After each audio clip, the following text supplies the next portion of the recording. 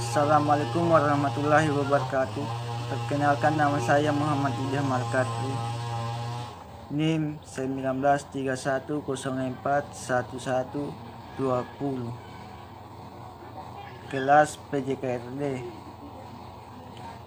Dan saya akan memaparkan sedikit tentang hakikat pertumbuhan dan perkembangan. Yang pertama, hakikat pertumbuhan. Pertumbuhan adalah suatu proses pertambahan ukuran, volume, serta jumlah sel yang ditandai dengan bertambah panjang, berat, dan tinggi badan. Suatu makhluk yang bersifat tidak dapat kembali ke bentuk semula dan atau dapat diukur.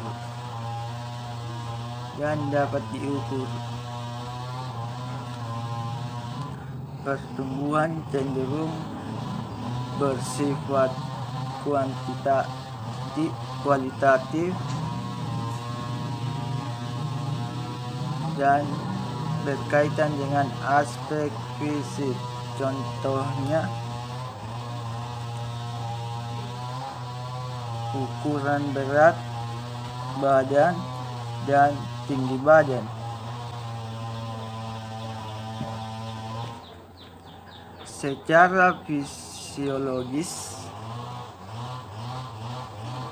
sebagai hasil dari pertumbuhan secara fisiologis sebagai hasil dari proses pematangan fungsi-fungsi fisik yang berlangsung secara normal pada anak yang sehat pada waktu yang normal. Pertumbuhan dapat juga diartikan sebagai proses transmisi dari konstruksi fisik, keadaan tubuh atau keadaan jasmania yang herediter dalam bentuk proses aktif secara berkesinambungan. Jadi pertumbuhan berkaitan dengan perubahan kuantitatif yang menyangkut peningkatan ukuran dan struktur biologis. Yang kedua yang saya mau paparkan yaitu hakikat perkembangan. Perkembangan adalah suatu proses dari organisme muda menuju keadaan yang lebih dewasa secara seksual sehingga dapat melakukan reproduksi serta tidak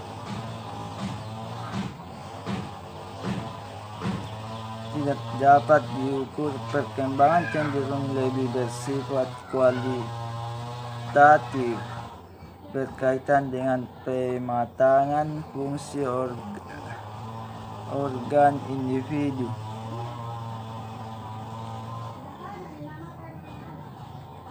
Perkembangan secara umum. Konsep perkembangan dikemukakan oleh Werner pada tahun 1957 bahwa perkembangan berjalan dengan prinsip ontogenetis. Perkembangan berlangsung dari keadaan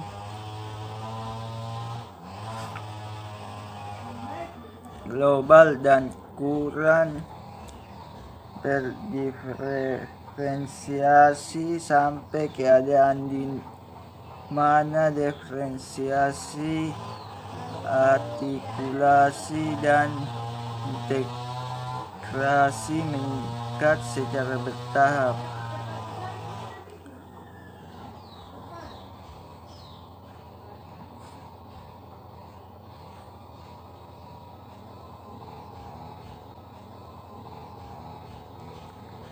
Proses diferensiasi diartikan sebagai prinsip totalitas pada diri anak dari penghayatan totalitas. Totalitas itu lambat laun bagian-bagiannya akan menjadi semakin nyata dan tambah jelas dalam rangka keseluruhan. Assalamualaikum warahmatullahi wabarakatuh. Pesan saya selama masa pandemi ini di rumah saja, tetap jaga jarak dan ikuti protokol kesehatan yang dikeluarkan oleh pemerintah. Dan kesan selama masa pandemi ini sangat-sangat membosankan, tapi ini merupakan ujian bagi kita semua. Dan untuk kawan-kawan, gunakan waktu ini untuk mengefektifkan belajar secara otodidak. Mungkin sekian dan terima kasih. Assalamualaikum warahmatullahi wabarakatuh. Assalamualaikum warahmatullahi wabarakatuh. Perkenalkan, nama saya Slamuddin, kelas PJKRD, NIM 1931 04 11 18. Di sini saya akan menjelaskan pengertian hukum dan prinsip-prinsip perkembangan. Baiklah, saya akan menjelaskan pengertian hukum. Hukum adalah peraturan yang berupa norma dan sanksi yang dibuat dengan tujuan untuk mengatur tingkah laku manusia, menjaga ketertiban, keadilan, mencegah terjadinya kekacauan.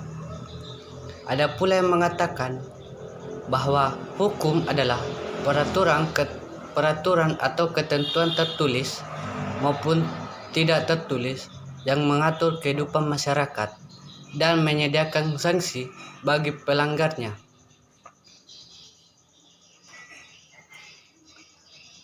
Menurut para ahli, Plato, hukum merupakan sebuah peraturan yang teratur dan tersusun dengan baik serta juga mengikat terhadap masyarakat maupun pemerintah. Jenis-jenis hukum di Indonesia ada dua, hukum publik dan hukum privat. Hukum publik adalah peraturan hukum yang mengatur tentang hubungan hukum antara warga negara dengan negara yang menyangkut kepentingan umum. Hukum publik merupakan hukum yang mengatur masyarakat. Hukum pidana termasuk hukum publik. Hukum pidana itu mengatur hubungan antara para individu dengan masyarakat serta diterapkan kalau masyarakat memang memerlukan. 2. Hukum privat. Hukum privat merupakan hubungan yang mengatur hubungan antara sesama manusia, antara satu orang dengan orang yang lain, menitik beratkan kepentingan perorangan. Hukum perdata merupakan hukum privat. Hukum perdata ini merupakan rangkaian peraturan atau hukum yang mengatur satu dengan lain. Dalam hukum ini, asas pokok ekonomi warga negara merupakan milik dirinya sendiri. Jadi mereka berhak mempertahankan kehendak mereka sendiri. Baiklah, saya akan menjelaskan pengertian prinsip-prinsip perkembangan. Pengertian prinsip-prinsip perkembangan dan tahap perkembangan peserta didik di satuan. 1. Pengertian perkembangan peserta didik. Perkembangan peserta didik adalah bagian dari pengajian dan penerapan psikologi. Perkembangan yang secara khusus mempelajari aspek-aspek perkembangan individu yang berada pada tahap usia sekolah dan sekolah menengah sebagai individu yang tengah tumbuh dan berkembang. 2. Prinsip-prinsip perkembangan peserta didik. Prinsip kesatuan organisme. Prinsip ini berbunyi bahwa anak merupakan suatu kesatuan fisik dan psikis dan satu kesatuan dari komponen tersebut antara fisik dan psikis satu sama lain saling mempengaruhi, dalam artian setiap komponen tidak berkembang sendiri-sendiri, tetapi dipengaruhi juga oleh komponen yang lain agar hasil belajar bisa maksimal. Itulah penjelasan saya. Assalamualaikum warahmatullahi wabarakatuh. Pesan saya selama pandemi COVID-19 ini agar kiranya kita bersama-sama tetap menjaga kesehatan, menjaga kebersihan, dan mengikuti protokol kesehatan yang dikeluarkan oleh pemerintah kita, agar kiranya penularan COVID-19 ini segera terputus dan kita akan memulai kehidupan yang normal, yang lebih real. Kemudian kesan saya selama pandemi COVID-19 ini yaitu kita lebih sering beraktivitas di rumah, lebih mengasah kemampuan kita, skill kita di rumah, dan kegiatan kita serba di rumah. Adanya pandemi COVID-19 ini mengajarkan kita bahwa kita harus lebih betah di rumah sebagai anak muda yang suka berpetualang untuk saat ini, agar kiranya lebih di rumah, mencintai keluarganya, tidak berkeliaran, jaga jarak untuk sebentar. Itu kesan-kesan saya. Terima kasih. Assalamualaikum warahmatullahi wabarakatuh. Perkenalkan, nama saya Andi Muhammad Irfan Ishak, kelas dari PJKRD. Di sini saya akan menjelaskan individu dan aspek-aspek perkembangan. Yang pertama itu perkembangan fisik, kedua perkembangan perilaku psikomotorik, dan ketiga perkembangan bahasa, keempat perkembangan perilaku kognitif, kelima perkembangan perilaku sosial, keenam perkembangan moralitas, ketujuh perkembangan penghayatan keagamaan, yang kedelapan perkembangan perilaku kognitif, yang kesembilan perkembangan emosional, yang ke-10 perkembangan kepribadian, yang ke-11 perkembangan karir. Pertama, aspek-aspek perkembangan individu. Yaitu pertama perkembangan fisik. Perkembangan anatomis, adanya perubahan kuantitatif pada struktur tulang, indeks tinggi dan berat badan, proporsi tinggi kepala dengan tinggi garis keajengan badan secara keseluruhan, Perkembangan psikologis ditandai dengan adanya perubahan secara kualitatif, kuantitatif, dan fungsional dari sistem kerja biologis seperti kontraksi otot-otot, peredaran darah, dan pernafasan, persyarafan, sekresi kelenjar, dan pencernaan. Laju perkembangan berjalan secara berirama pada masa bayi dan kanak-kanak. Perubahan fisik sangat pesat pada usia sekolah menjadi lambat. Mulai masa remaja terjadi amat mencolok. Kemudian pada permulaan masa remaja akhir mencolok.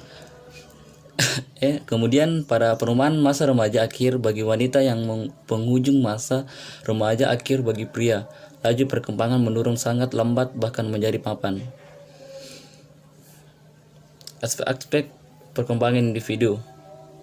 Yang kedua, perkembangan perilaku psikomotorik, yaitu perkembangan psikomotorik memerlukan adanya koordinasi fungsional di antara neuron muskular sistem.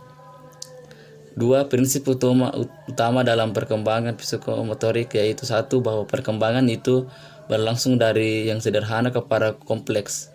Dua, yang dari kasar dan global kepada halus dan spesifik dan terkoordinasikan. Dan aspek perkembangan yang ketiga, perkembangan bahasa. Kemampuan bahasa merupakan kemampuan yang membedakan antara manusia dengan hewan. Melalui bahasa manusia mengkoordinasikan, mencatat, menyimpan, mengekspresikan, dan mengkomunikasikan berbagai informasi baik dalam bentuk tulisan, gambar, lukisan, gerik, dan mimik, serta simbol ekspresif lainnya.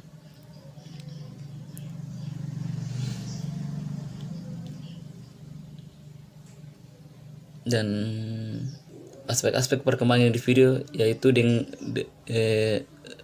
menggunakan hasil pengukuran teks inteligensi yang mencakup General Information and Verbal Intelligence, Janes dan Conrad, menunjukkan bahwa laju perkembangan intelijensi berlangsung sangat pesat sampai masa remaja. Setelah itu kepesatannya berangsur menurun.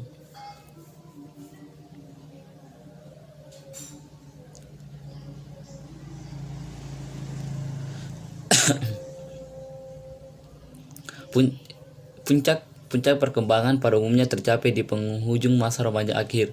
Perubahan amat tipis sampai usia 50 tahun, dan setelah itu terjadi plateau atau mapan sampai dengan usia 60 tahun. Selanjutnya berangsur menurun.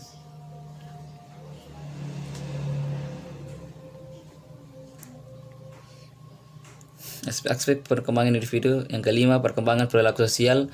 Sejak individu dilahirkan ke muka bumi ini telah mulai belajar tentang keadaan lingkungan sosialnya. Pada awalnya ia mempelajari segala yang terjadi dalam lingkungan keluarga.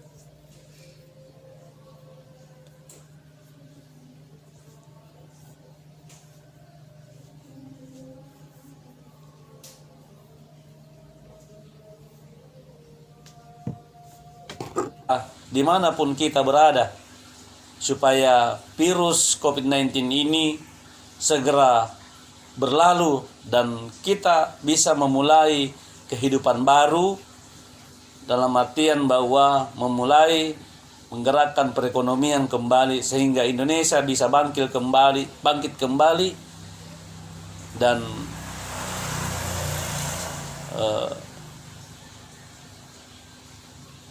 khususnya kepada para dokter dan perawat, jangan pernah menyerah, jangan pernah berkeluh kesah untuk memerangi penyakit ini, supaya masyarakat kita yang terdampak dari virus ini bisa sembuh, bisa selamat dari penyakit ini, dan kita semuanya bisa kembali beraktivitas seperti sedia kala. pendidikan mulai dari perguruan tinggi sampai kepada SD, TK bisa kembali bersekolah di sekolah masing-masing, pasar dan tempat rumah-rumah ibadah lainnya juga bisa kembali beribadah atau beraktivitas kepada Tuhannya masing-masing. Saya kira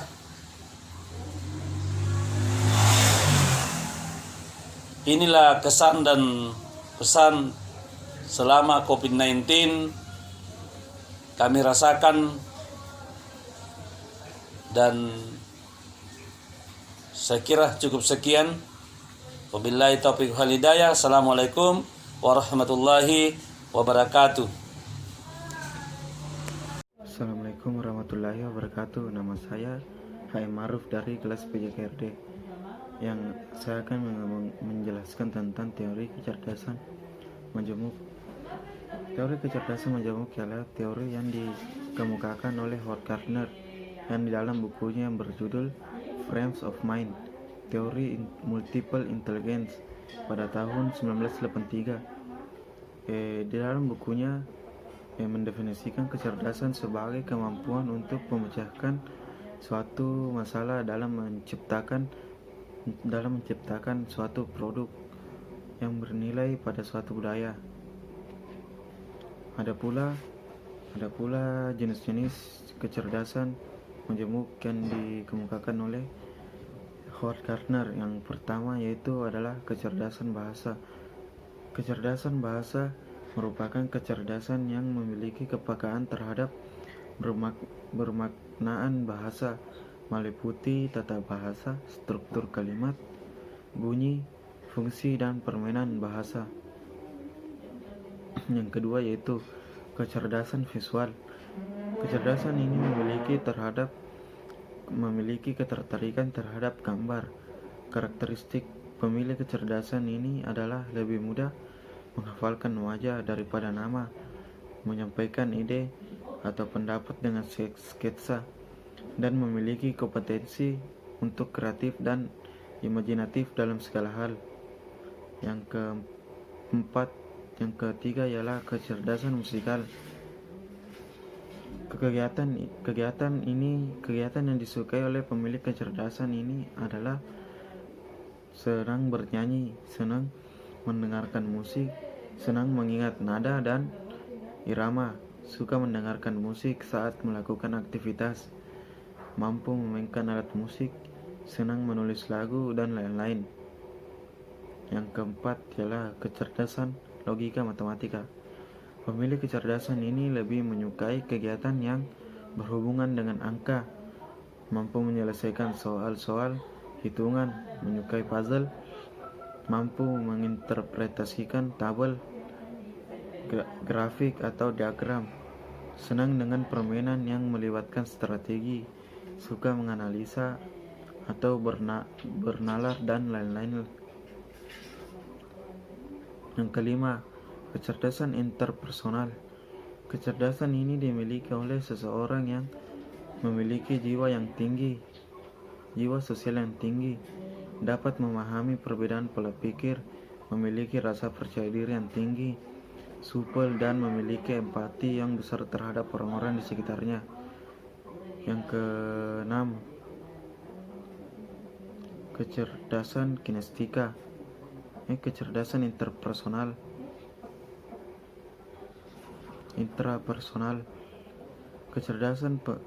Karakteristik pemilik kecerdasan ini adalah kecerdasan dalam memahami diri sendiri, lebih suka menyendiri, suka merenung segala hal yang penting, suka membuat catatan penting, suka menulis diri. Kecerdasan ini dimiliki oleh seseorang yang selalu berpikir realistis. Biasanya orang seperti ini senang memikirkan masa depan dan cita-citanya. Yang keenam yaitu yang ketujuh yaitu kecerdasan kinestika. Kecerdasan ini dimiliki oleh seseorang yang mampu memahami tubuh suka berolahraga, mampu menirukan gerakan-gerakan yang ia lihat. Intinya, kecerdasan ini ialah memiliki karakteristik aktif dalam kegiatan yang berbau fisik. Yang kedelapan yaitu kecerdasan naturalis. Kecerdasan ini dimiliki oleh seseorang yang suka dengan hal-hal yang berbau alam, seperti memelihara burung, memelihara binatang, suka melihat flora dan fauna, senang bercocok tanam, empati terhadap lingkungan sekitar, gemar melakukan perjalanan atau wisata alam, seperti ke daerah pegunungan, laut, dan hutan. Yang terakhir, yang kesembilan, yaitu kecerdasan eksistensial. Kecerdasan ini dimiliki oleh seseorang yang mampu menempatkan diri sendiri. Beberapa contoh pemahaman yang dimiliki oleh kecerdasan ini adalah tentang kebermaknaan hidup, memiliki pengalaman batin, kehidupan setelah kematian, memahami proses kehidupan yang berbeda-beda pada setiap orang, dan akhir kisah kehidupan. Kecerdasan ini berfokus terhadap kegiatan yang berbau filsafat atau keagamaan.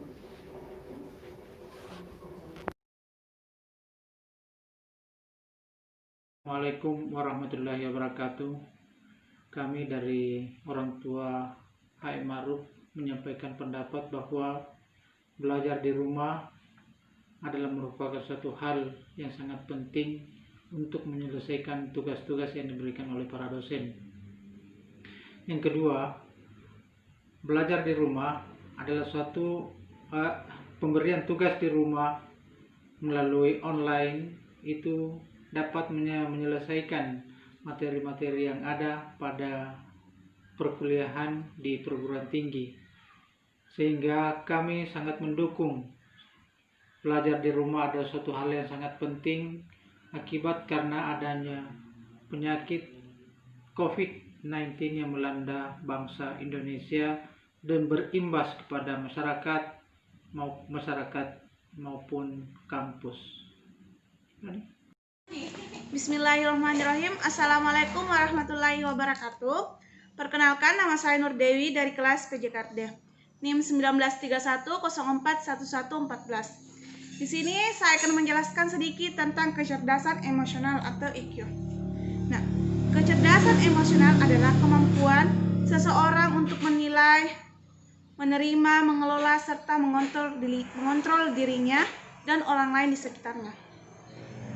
Dalam hal ini, emosi mengacu pada perasaan terhadap informasi akan suatu hubungan, sedangkan kecerdasan intelijen mengacu kepada kepastian untuk memberikan alasan yang valid akan suatu hubungan. Kecerdasan emosional belakangan ini dinilai tidak kalah penting dengan kecerdasan intelektual. Sebuah penelitian mengungkapkan bahwa kecerdasan emosional 2 kali lebih penting daripada kecerdasan intelektual dalam memberikan kontribusi terhadap kesuksesan seseorang. Menurut Juan Gardner 1983, terdapat 4 pokok utama dari kecerdasan emosional seseorang, yakni 1. Mampu menyadari dan mengelola emosi diri sendiri. 2. Memiliki kepekaan terhadap emosi orang lain. 3. Mampu merespon dan bernegosiasi dengan orang lain secara emosional. 4. Serta dapat menggunakan emosi sebagai alat motivasi diri. Ada 4 hal yang jika tidak terpenuhi, kemungkinan EQ Anda akan mengalami berantakan. Yang pertama adalah kinerja Anda di sekolah atau pekerjaan. Kecerdasan emosional dapat membantu Anda mengatasi masalah sosial di tempat kerja, memimpin, serta memotivasi orang lain. Kedua, kesehatan fisik Anda. Jika tidak mampu mengontrol emosi, kemungkinan Anda juga tidak bisa mengatasi stres. Ini dapat menyebabkan masalah kesehatan terus. Yang ketiga, kesehatan mental Anda. Emosi dan stres yang tidak terkendali juga bisa berdampak pada kesehatan mental, membuat Anda rentan terhadap kecemasan dan depresi. Yang keempat adalah hubungan Anda dengan orang lain. Dengan memahami emosi, Anda dapat mengetahui cara mengatasinya. Anda akan lebih mampu mengapresiasikan bagaimana perasaan Anda memahami perasaan orang lain. Ada 6 kunci untuk meningkatkan EQ. Yang pertama adalah mengurangi emosi negatif. Mungkin inilah aspek EQ yang paling penting, yaitu kemampuan untuk mengatasi emosi diri secara efektif sehingga tidak membebani pikiran dan mempengaruhi kemampuan Anda mengambil keputusan. Yang kedua, berlatih tetap tenang dan mengatasi stres. Sebagian orang besar pasti pernah mengalami stres dalam kehidupan. Bagaimana Anda mengatasi situasi stres ini? Akankah mempengaruhi EQ Anda? Misalnya, Anda bersikap seperti tetap tenang atau kewalahan. Yang ketiga, berlatih mengapresiasikan emosi yang tak mudah. Ada masa-masa dalam kehidupan di mana Anda perlu untuk membuat batasan sehingga orang lain tahu di mana posisi Anda. Anda bisa mencukupinya. Yang keempat, bersikap proaktif bukan reaktif saat berhadapan dengan orang lain yang memicu emosi Anda. Kebanyakan orang pasti pernah dihadapkan pada orang-orang yang menyebalkan atau mempersulit kehidupan Anda. Anda mungkin akan terjebak dengan orang lain seperti ini di tempat kerja atau bahkan di rumah. Anda dapat mencoba menenangkan diri dulu sebelum Anda berbicara dengan orang yang sering memicu emosi negatif Anda. Yang kelima adalah kemampuan untuk bangkit dari kesulitan. Hidup tidak selalu mudah, semua orang tahu itu. Bagaimana Anda memilih untuk berpikir, merasa, dan bersikap saat dalam situasi sulit. Seringkali bisa menentukan apakah Anda akan terus punya harapan atau malah putus asa. Apakah Anda terus optimal atau malah frustasi? Dan apakah Anda akan mengalami kemenangan atau malah mengalami kekalahan? Dan yang paling terakhir adalah kemampuan untuk mengungkapkan perasaan dalam hubungan pribadi. Kemampuan untuk secara mengungkapkan emosi penuh kasih sayang sangat penting untuk mempertahankan hubungan pribadi yang erat. Emosi ini dapat tersampaikan melalui perkataan, bahasa tubuh, dan perilaku. Misalnya melalui kontak mata yang positif, senyum, mendengarkan dengan empati, atau sekedar menawarkan makanan. Mungkin itu saja yang bisa saya sampaikan. Lebih dan kurangnya mohon dimaafkan. Wabillahi taufiq wal hidayah. Assalamualaikum warahmatullahi wabarakatuh. Adapun pesan dan kesan selama pandemi COVID-19, pesannya untuk tetap berada di rumah, jangan ke tempat yang ada kerumunan. Walaupun ada sesuatu yang mendesak, kita harus melaksanakan protokol COVID-19, yaitu selalu memakai masker kalau keluar, cuci tangan, dan membersihkan pakaian, mencuci pakaian setelah keluar dari rumah. Kesannya selama pandemi COVID-19, kami bersama keluarga makin erat hubungan, terutama kepada anak-anak, karena tetap dalam pengawasan, di samping juga melaksanakan tugas-tugas daring yang diberikan oleh para dosen maupun gurunya. Jadi selama ini dia aktif melaksanakan tugas yang diberikan oleh guru dan dosen. Saya kira itu pesan dan kesan yang bisa saya sampaikan. Terima kasih dan Assalamualaikum warahmatullahi wabarakatuh. Assalamualaikum warahmatullahi wabarakatuh. Masa kanak-kanak adalah masa pertumbuhan dan perkembangan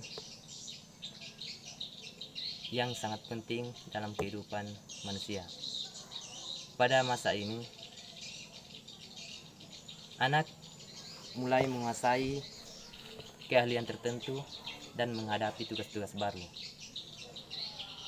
Pada proses ini, kita perlu memperhatikan perkembangan kognitif, motorik, sensorik, fisik, bahasa, dan emosionalnya. Tetapi kali ini kita akan membahas perkembangan kognitif pada anak ya. Kognitif dapat diartikan sebagai kemampuan untuk mengerti sesuatu. Perkembangan kognitif dapat diartikan sebagai kemampuan seorang anak untuk memahami sesuatu. Salah satu tokoh psikologi mengungkapkan bahwa ada 4 tahap perkembangan kognitif pada seorang anak. Salah satu tokoh ini bernama Jean Piaget. Jean Piaget mengatakan cara berpikir anak itu berbeda dengan cara berpikir orang dewasa.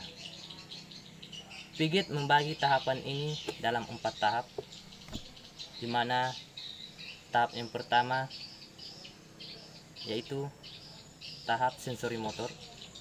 Tahap ini anak berumur 0 sampai 24 bulan. Pada awal ini, anak belum dapat mempertimbangkan kebutuhan, keinginan, dan kepentingan orang lain, sehingga ia disebut egosentris.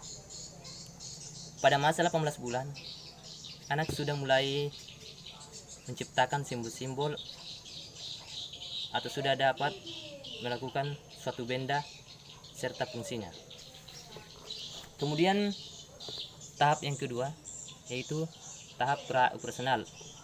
Di sini anak berumur 2 sampai 7 tahun. Pada masa ini anak mulai dapat menerima rangsangan meski terbatas. Pada masa ini pun anak sudah masuk ke dalam lingkungan sosial meski tergolong egosentris. Kemudian tahap yang ketiga yaitu tahap operasional konkret. Di sini anak berusia sekitar mulai dari 7 sampai 11 tahun. Pada masa ini anak sudah mampu melakukan pengurutan klasifikasi terhadap objek dan situasi tertentu. Kemudian tahap yang akhir yaitu tahap operasional formal. Pada tahap ini anak mulai berpikir secara abstrak. Maksud dari seperti secara abstrak itu, ia sudah mampu memahami konsep seperti cinta dan nilai. Itulah tadi pendapat salah satu psikologi yaitu Jean Piaget. Kemudian kita akan membahas tentang faktor utama atau faktor penunjang perkembangan kognitif seorang anak usia dini, di mana faktor ini ada 2. Yang pertama itu hereditas atau keturunan. Kemudian yang kedua keluarga. Kemudian yang kedua lingkungan. Di mana yang pertama itu hereditas atau keturunan itu sangat berpengaruh terhadap perkembangan kognitif seorang anak. Karena ada pepatah yang mengatakan buah tidak akan jatuh jauh dari pohonnya. Seperti itulah keturunan. Jika keturunan kita memiliki sifat-sifat ya bagaimana, itu tidak akan terlalu jauh. Kemudian yang kedua yaitu lingkungan. Faktor yang kedua itu pun lingkungan. Karena lingkungan sangat berpengaruh terhadap perkembangan kognitif seorang anak. Di mana lingkungan yang akan setiap hari selalu ada dalam kawasan anak itu, selalu dalam pengawasan anak itu. Dalam lingkungan itu terbagi lagi atas dua, di mana yang pertama itu adalah keluarga dan kedua sekolah. Mengapa kita katakan pertama itu keluarga? Karena keluarga yang sangat penting. Karena keluarga lah yang selalu menemani anak ini mulai dia pagi, mulai dia lahir sampai ia akan dewasa. Kemudian yang kedua yaitu sekolah. Sekolah juga sangat berpengaruh. Maka dari itu kita menyekolahkan anak kita supaya dia jadi lebih baik. Itulah tadi penjelasan perkembangan secara kognitif.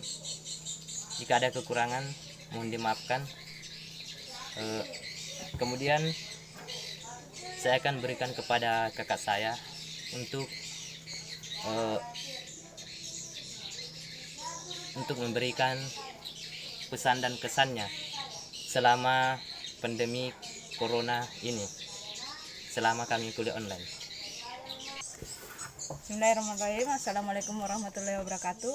Pesan dan kesan saya pada pandemi COVID-19 pada adik saya.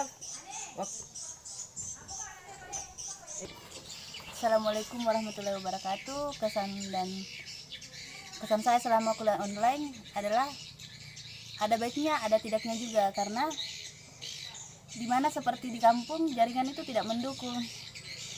Kadang bagus, kadang tidak. Tapi bagusnya juga kita lebih punya banyak waktu untuk mengerjakan tugas kuliah, karena kita bisa mencari di Google. Terima kasih. Bismillahirrahmanirrahim. Assalamualaikum warahmatullahi wabarakatuh.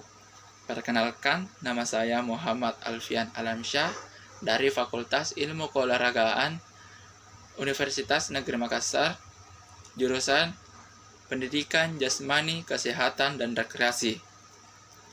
Kali ini saya akan menjelaskan apa itu perkembangan bahasa dalam anak-anak. Perkembangan bahasa anak-anak ada dua tahap pada anak-anak, yaitu pertama tahap pralinguistik dan kedua tahap linguistik. Tahap pertama yaitu tahap pralinguistik. Tahap ini biasa sering terjadi pada fase bayi, karena pada tahapan ini bahasa bayi berupa simbol-simbol ekspresi tertentu seperti menangis, menjerit, ataupun juga tertawa. Berbagai ekspresi tersebut merupakan bentuk komunikasi bayi dalam menyampaikan perasaannya melalui dari senang, sedih, nyaman, ataupun rasa takut. Bisa juga untuk menyampaikan keinginannya, misal ingin minum, ingin makan, ingin tidur, ataupun ingin digendong. Begitupun mengompol. Seiring berjalannya waktu, tahapan tersebut akan lebih meningkat perlahan menjadi komunikasi ke arah yang lebih verbal. Komunikasi verbal pada tahapan ini masih dalam bentuk sederhana, seperti mengoceh dalam kalimat yang belum kita mengerti, khususnya orang dewasa. Kedua, tahap linguistik. Tahapan ini lebih meningkat daripada tahap pralinguistik, karena pada tahap ini anak sudah dapat melakukan komunikasi verbal dalam bentuk kata-kata yang dapat dimengerti oleh orang dewasa pada umumnya. Pada tahapan ini pula, anak-anak sudah dapat menyusun kata-kata ataupun kalimat yang dapat menyampaikan komunikasinya dalam sebuah kalimat seperti orang dewasa atau pada umumnya ketika berkomunikasi. Secara lebih rinci, tahapan tersebut perkembangan bahasa dapat dikategorikan sesuai usia, yaitu sebagai berikut. 1. Usia 0-12 bulan. Pada usia ini, sebagian besar anak dikategorikan sebagai tahap pragmatik, karena pada tahapan ini bayi akan lebih banyak menunjukkan komunikasinya dalam bentuk simbol-simbol ekspresi. Umumnya, jika sudah dapat atau memasuki 10 bulan, si bayi sudah mampu mengucapkan kata-kata sederhana seperti menyebut mama atau papa. Kedua, usia 1-3 tahun. Pada tahun ini, anak sudah mampu atau mulai menunjukkan peningkatan bahasanya. Maka di tahun kedua dan ketiga, anak sudah mulai mengenal atau belajar mengucapkan kata-kata sederhana meskipun pengucapannya belum kita mengerti pada orang dewasa. Yang ketiga, usia 3-5 tahun. Pada tahapan ini atau usia ini, anak sudah mampu menyusun kata atau kalimat dan dapat mampu menyampaikan komunikasinya dalam sebuah kalimat seperti orang dewasa atau secara umumnya. Pada usia ini, anak juga mampu atau sudah mampu melontarkan pertanyaannya, protesnya, penolakannya, maupun perasaannya. Adapun pendapat perkembangan bahasa anak oleh National Institute of Health menuliskan bahwa secara umum, tahapan perkembangan bahasa terpenting pada anak terjadi secara normal sejak umur 0-5 tahun. Pada masa pertumbuhan tersebut biasanya akan menjadi tolak ukur untuk melihat para dokter atau para ahli kesehatan apakah perkembangan bahasa pada anak tersebut normal ataukah memerlukan bantuan dari tenaga medis yang profesional. Itu saja penjelasan saya mengenai perkembangan bahasa oleh pada anak-anak. Jika ada kata-kata yang kurang tepat atau salah, mohon dimaafkan. Assalamualaikum warahmatullahi wabarakatuh. Baik, Assalamualaikum warahmatullahi wabarakatuh. Perkenalkan, nama saya Nurul Iftasal Sabila Syam, mahasiswa UI Nalodin Makassar, Fakultas Dakwah dan Komunikasi, jurusan Ilmu dan Komunikasi. Nah, kesan dan pesan saya selama kuliah daring ini, perkuliahan itu tidak efektif dikarenakan gantinya absen itu menjadi tugas-tugas semua. Terus meningkatnya pemakaian kuota daripada hari-hari biasanya, dan koneksi internet yang cukup buruk untuk mengikuti perkuliahan daring. Baik, itulah penyampaian dari saya, kurang dan lebihnya mohon dimaafkan. Wassalamualaikum warahmatullahi wabarakatuh. Warahmatullahi wabarakatuh. Saya atas nama orang tua mahasiswa, atas nama Alfian, selama Alfian kuliah online, saya merasa terbebani karena banyak mengeluarkan biaya untuk beli kuota internet, karena jaringan di sini kurang memadai, karena tinggal di pedesaan. Jadi saya berharap jangan terlalu banyak membebani mahasiswa dengan tugas-tugas, karena itu banyak beli data, kuota internet, dan bukan hanya satu mata kuliah saja. Assalamualaikum warahmatullahi wabarakatuh.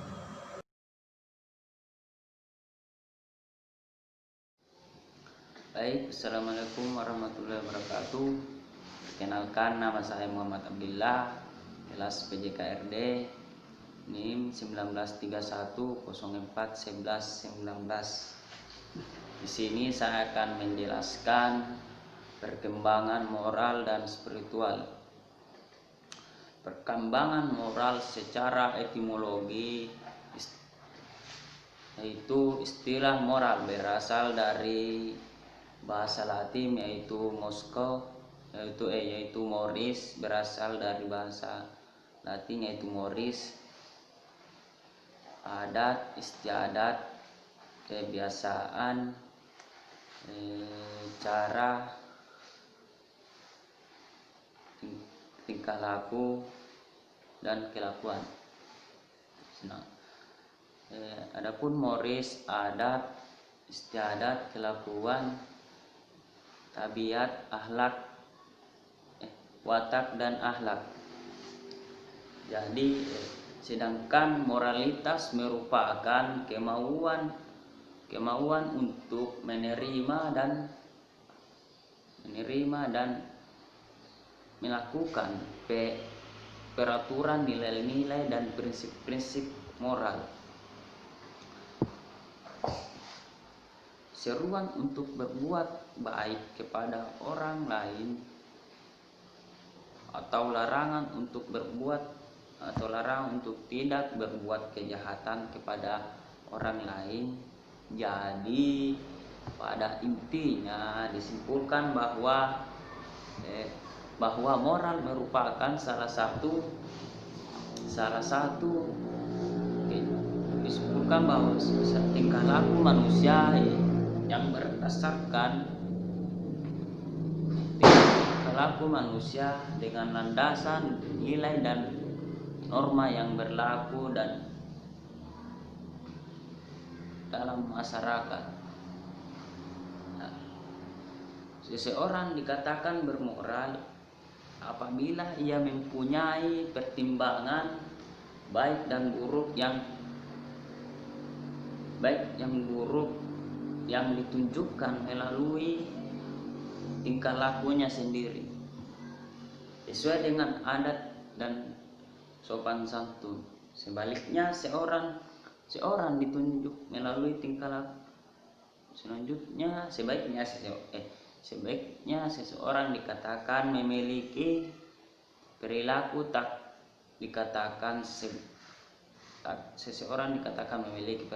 tak bermoral apabila perilaku tidak sesuai.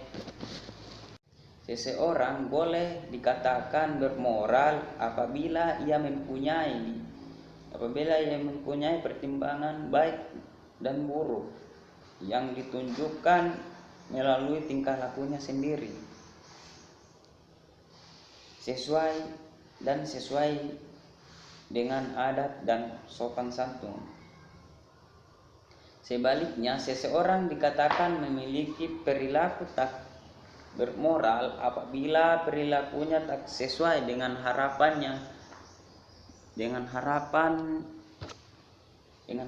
sosial yang disebabkan dengan ketidaksetujuan dengan standar sosial atau kurang adanya perasaan. Wajib menyelesaikan sendiri. Selain itu ada juga perilaku amoral atau non moral yang merupakan perilaku yang tidak sesuai dengan disebabkan harapan kelompok.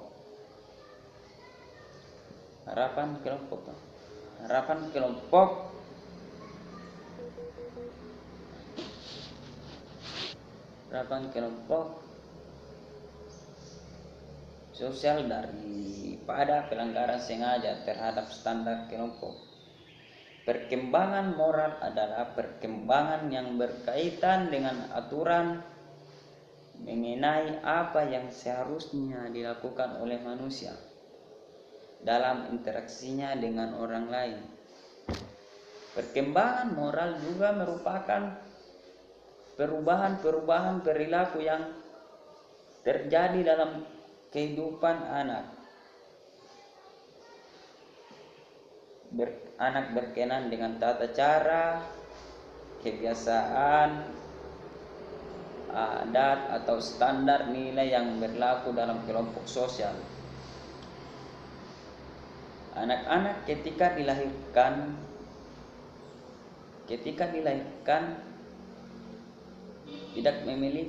anak-anak ketika dilahirkan tidak memiliki moral, akan tetapi dalam dirinya terdapat potensi moral yang siap untuk dilakukan dan yang siap interaksi dengan anak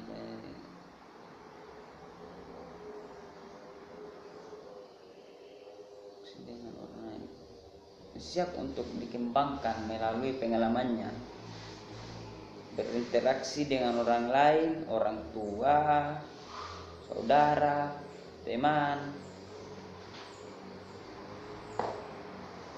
sebaya atau guru.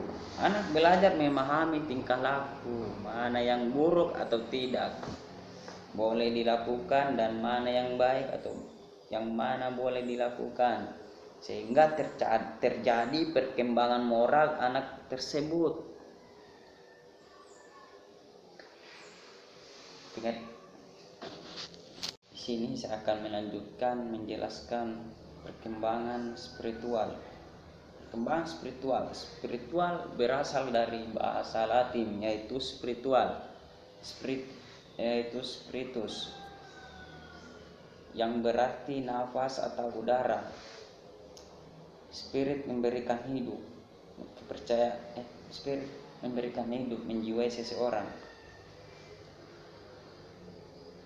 mempunyai kepercayaan atau keyakinan.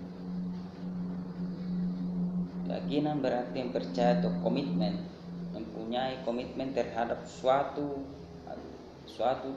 komitmen terhadap sesuatu atau seseorang. Konsep kepercayaan mempunyai dua pengertian, yaitu pertama, kepercayaan didefinisikan sebagai kultur atau budaya dan lembaga keagamaan seperti Islam,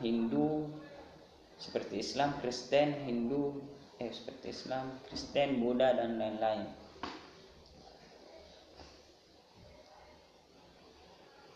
Kedua, kepercayaan didefinisikan sebagai suatu yang berhubungan dengan ketuhanan,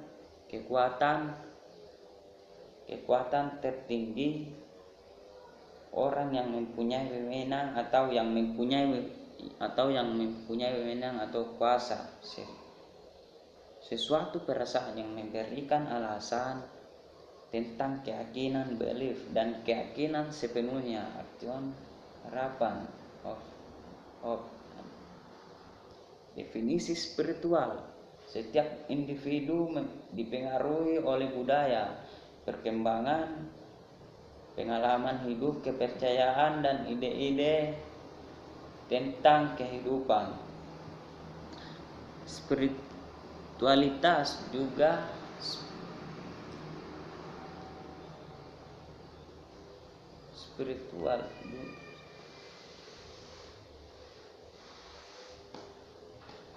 Spiritualitas juga memberikan suatu perasaan yang berhubungan impersonal,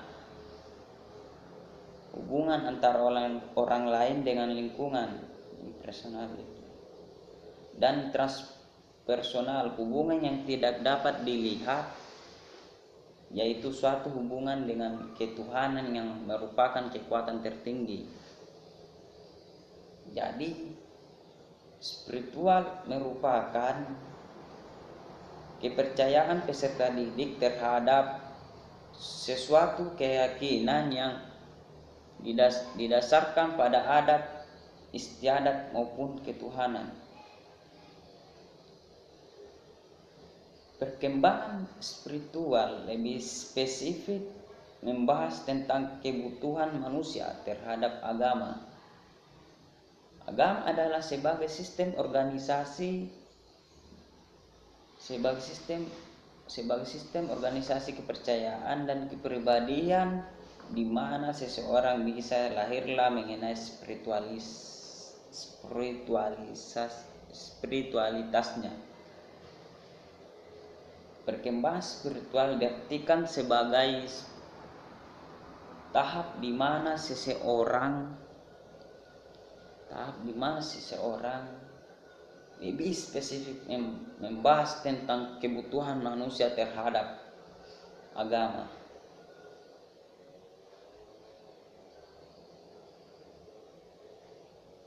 Itulah tadi penjelasan dari saya. Sekian dan terima kasih.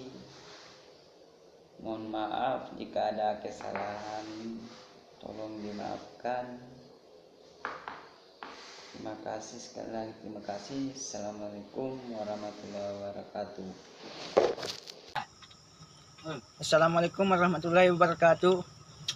Keluh kesah saya selama pandemi corona ini yaitu yang paling berkesan yaitu tentang disiplin waktu. Contohnya yaitu seperti tugas-tugas jadin yang diberikan oleh para dosen, seperti membuat makalah. Itu sangat melatih keterampilan mahasiswa dalam mengerjakan tugas secara mandiri. Dan pesan saya, semoga dosen dan para mahasiswanya tetap terjaga keakrabannya dan jaga kesehatan, tetap stay di rumah. Salam olahraga. Assalamualaikum warahmatullahi wabarakatuh. Assalamualaikum warahmatullahi wabarakatuh. Perkenalkan, nama saya Munawir Nur dari PJKRD NIM 1931041117. Di sini saya akan menjelaskan tentang pengertian perkembangan sosial. Pengertian perkembangan sosial. Perkembangan sosial adalah tingkat jalan interaksi anak dengan orang lain. Jalan interaksi anak dengan orang lain, mulai dari orang tua, saudara, teman bermain hingga masyarakat secara luas. Perkembangan sosial menurut beberapa ahli, yaitu yang pertama menurut Elizabeth B. Harlock. Perkembangan sosial adalah kemampuan seseorang dalam bersikap atau tata cara perilakunya dalam berinteraksi dengan unsur sosial di masyarakat. Yang kedua, Singgi D. Gunarsa. Perkembangan sosial merupakan kegiatan manusia sejak lahir, dewasa, sampai akhir hidupnya, akan terus melakukan penyesuaian diri dengan lingkungannya, yang menyangkut norma-norma dan sosial budaya masyarakatnya. Yang ketiga, Abu Ahmadi berpendapat bahwa perkembangan sosial telah dimulai sejak manusia itu lahir. Sebagai contoh, anak menangis saat dilahirkan atau anak tersenyum saat disapa. Hal ini membuktikan adanya interaksi sosial antara anak dan lingkungannya. Jadi, dapat disimpulkan bahwa perkembangan sosial akan menekan perhatiannya kepada pertumbuhan yang bersifat progresif. Seorang anak atau individu yang lebih besar tidak bersifat statis dalam pergaulannya, karena dirangsang oleh lingkungan sosial, adat istiadat, kebiasaan-kebiasaan kelompok di mana ia sebagai salah satu anggota kelompoknya. Faktor yang mempengaruhi perkembangan sosial anak. Ada beberapa faktor yang menyebabkan timbulnya perbedaan antara keterampilan dan kematangan sosial seorang anak dengan lainnya, yaitu usia kronologis dan usia mental anak. Semakin bertambahnya usia anak, ia akan semakin terampil. Semakin besar variasi dan terampilnya, semakin apik pula kualitasnya. Harlock 1999.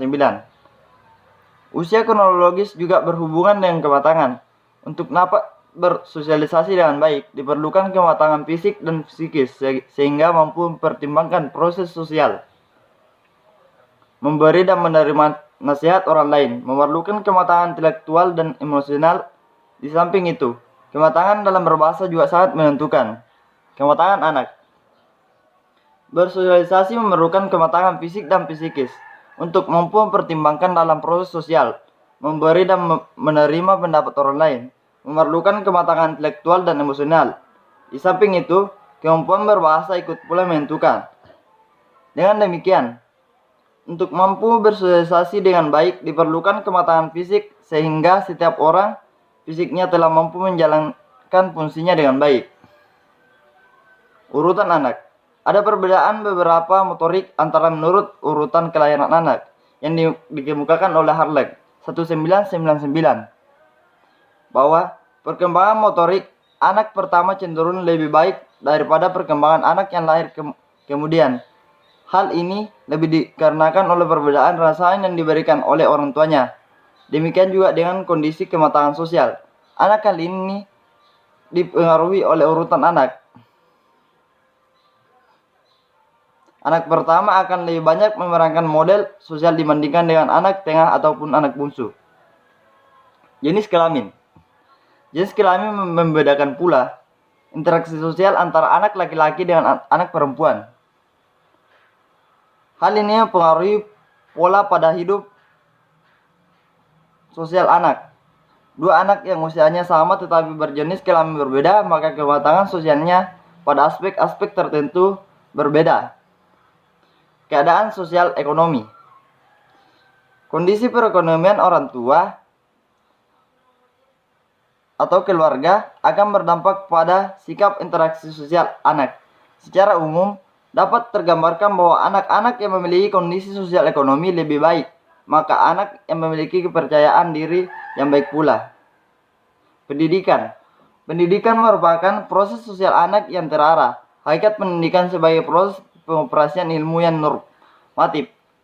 Anak memberikan warna hidup sosial anak di dalam masyarakat dan kehidupan mereka di masa yang akan datang. Kepribadian anak. Kepribadian anak di sini adalah tipologi anak pada masa perkembangan. Anak-anak yang memiliki kepribadian terbuka atau yang disebut kepribadian ekstrovert akan lebih bisa berinteraksi dengan lingkungannya dibanding dengan anak-anak yang memiliki tipe kepribadian tertutup, introvert. Demikian yang bisa saya jelaskan tentang pengertian perkembangan sosial. Terima kasih. Wabillahi taufiq wal hidayah. Assalamualaikum warahmatullahi wabarakatuh. Assalamualaikum warahmatullahi wabarakatuh. Saya Wali dari Munawir Satu Al-Nur akan menyampaikan kesan dan pesan selama Munawir kuliah online pada pandemi virus corona saat ini. Adapun kesannya yaitu Munawir adalah salah satu mahasiswa rantau yang kuliah di Universitas Negeri Makassar. Nah, tentunya untuk mahasiswa rantau pasti banyak kali yang kehilangan waktu berkumpul untuk keluarga. Namun adanya pandemi virus corona ini, Munawir dapat berkumpul bersama keluarga dan belajar kuliah di rumah. Dimana waktu yang bisa seperti hari-hari biasanya, dimana waktu yang bisa berkumpul bersama keluarga hanya pada waktu-waktu libur saja. Nah, biasanya itu hanya 2 kali setahun saja, tapi sekarang itu lebih banyak menghabiskan waktu bersama keluarga. Adapun pesannya itu mungkin sebaiknya selama kuliah online mahasiswa yang kuliah online itu difasilitasi, karena selama kuliah online mahasiswa itu menggunakan jaringan internet dan kepada Bapak Ibu dosen jika ingin memberikan tugas sebaiknya lebih manusiawi dan tidak menyulitkan mahasiswa-mahasiswanya. Semoga pesan dan kesan saya dapat membantu dan semoga kita semua terhindar dari adanya pandemi virus corona. Tetap jaya dalam tantangan. Baik, Assalamualaikum warahmatullahi wabarakatuh. Perkenalkan, nama saya Siti Nurhalisa, saya dari kelas PJKRD dengan NIM 19-164-11-15. Sekarang saya akan memaparkan mengenai tugas-tugas perkembangan peserta didik. Nah, tahukah kalian apa itu tugas-tugas perkembangan peserta didik? Nah, tugas-tugas perkembangan peserta didik ini berkenaan dengan keterampilan, sikap ataupun perilaku seseorang, di mana ini itu dapat dikuasai sesuai dengan usia serta fase perkembangan seseorang. Selanjutnya mengenai pendapat para ahli yang saya ambil itu dari Bapak Syamsuddin, yaitu sebagai berikut. A developmental task is a task which are necessary or about certain period in the life of the individual. Successful achievement of the which leads to his happiness and to success with a later task, while failure leads to unhappiness in the individual, disapproval by society, and the difficulty with a later task. Baik, sekarang kita akan masuk kepada salah satu rincian tugas perkembangan terhadap setiap fase. Fase pertama yaitu fase bayi sampai fase kanak-kanak, di mana ini dimulai dari ketika lahir sampai usia 6 tahun. Contohnya kita bisa ambil itu seorang anak yang sedang belajar berbicara ataupun seorang anak yang sedang belajar memakan makanan padat. Nah, fase yang kedua yaitu fase kanak-kanak awal sampai kanak-kanak akhir. Ini kanak-kanak akhir. Nah, ini dimulai dari usia 6 tahun sampai usia 12 tahun. Contohnya itu kita bisa ambil seorang anak yang sudah mulai berbaur dengan teman sebayanya. Nah, selanjutnya contoh ketiga yaitu selanjutnya fase ketiga. Fase dari kanak-kanak akhir sampai fase remaja. Dan ini dimulai dari usia 12 tahun sampai usia 21 tahun. Nah, contoh yang kita bisa ambil di sini yaitu seseorang yang sudah mulai berhubungan serius dengan teman sebayanya. Dan yang terakhir yaitu fase remaja sampai fase dewasa. Nah, pada fase ini contoh tugas perkembangannya dilakukan seseorang, yaitu seseorang sudah memulai untuk bekerja, seseorang sudah memulai untuk memilih pasangan, seseorang sudah memulai untuk serius dengan pasangannya. Nah, ini dia saudara saya yang akan saya wawancarai mengenai dampak dari COVID-19 and stay at home. Untuk saudari Imut, bagaimana pesan dan kesannya? Sangat tidak baik karena dalam kawasan COVID-19 kita tidak boleh dibiarkan keluar rumah dan beraktivitas di rumah.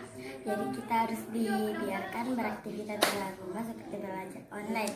Dan menurut saya itu sangat membosankan karena kita jarang bertemu dengan teman sekelas, orang-orang di luar rumah kita, dan kita sedikit memiliki teman.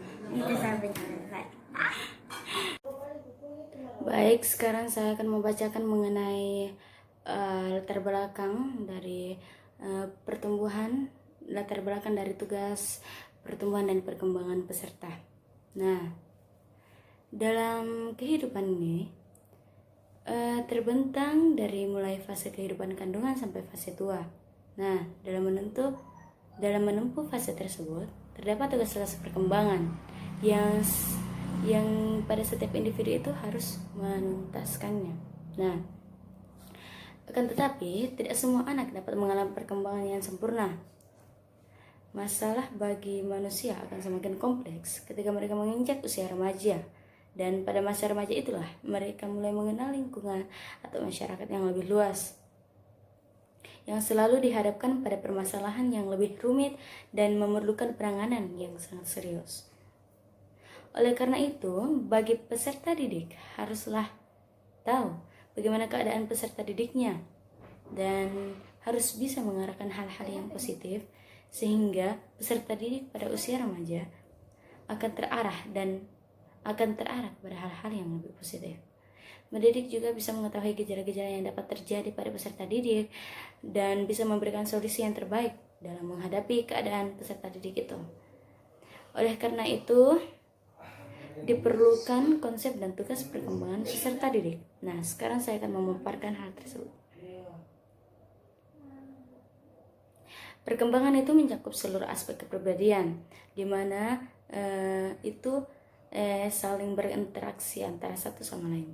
Nah, sebagian besar dari perkembangan aspek terjadi melalui proses belajar, baik itu yang sederhana dan mudah maupun yang kompleks dan sukar. Suatu proses perkembangan yang bersifat alami, yaitu berupa kematangan berinteraksi dengan proses penyesuaian diri dengan tuntutan dan tantangan dari luar.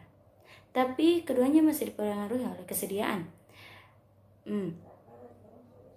Selanjutnya, tugas perkembangan merupakan tugas yang muncul dari periode tertentu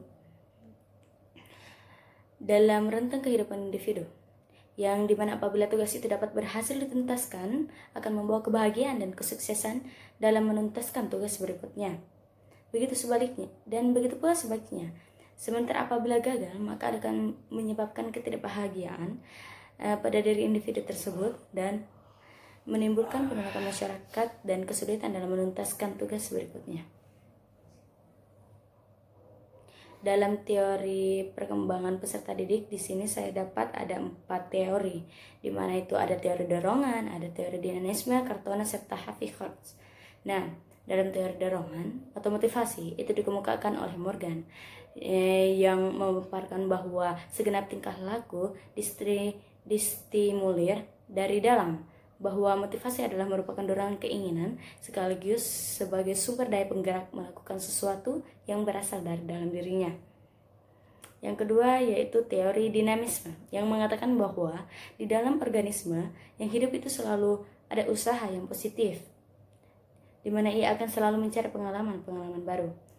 Yang ketiga yaitu menurut Kartona yang berpendapat bahwa eksistensi anak dipastikan oleh adanya yang pertama, segenap kualitas hederatis.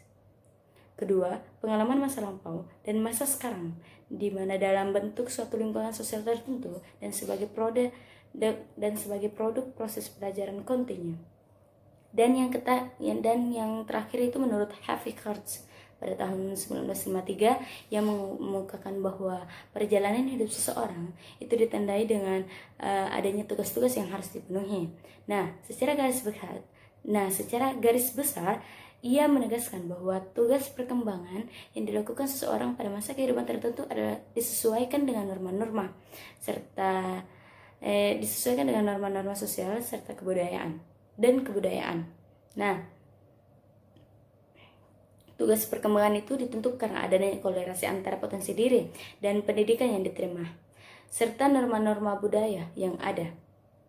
Dalam perkembangan fisik, pada siswa usia sekolah menengah ditandai dengan adanya perubahan bentuk berat dan tinggi badan. Selanjutnya yaitu instrumen yang digunakan untuk mengukur tingkat perkembangan peserta didik itu disebut dengan ITP atau introversi tugas perkembangan yang dikemukakan oleh Sunario dan kawan-kawan. Selanjutnya saya akan membaca tentang tugas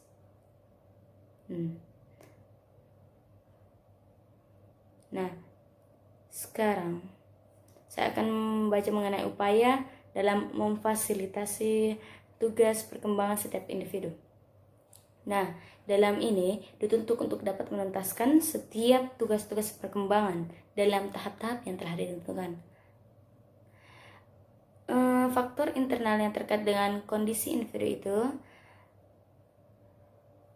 faktor internalnya itu terkait dengan kondisi individu tersebut, dan sedangkan faktor eksternalnya itu atau dari luar itu berasal dari lingkungan seperti faktor keluarga.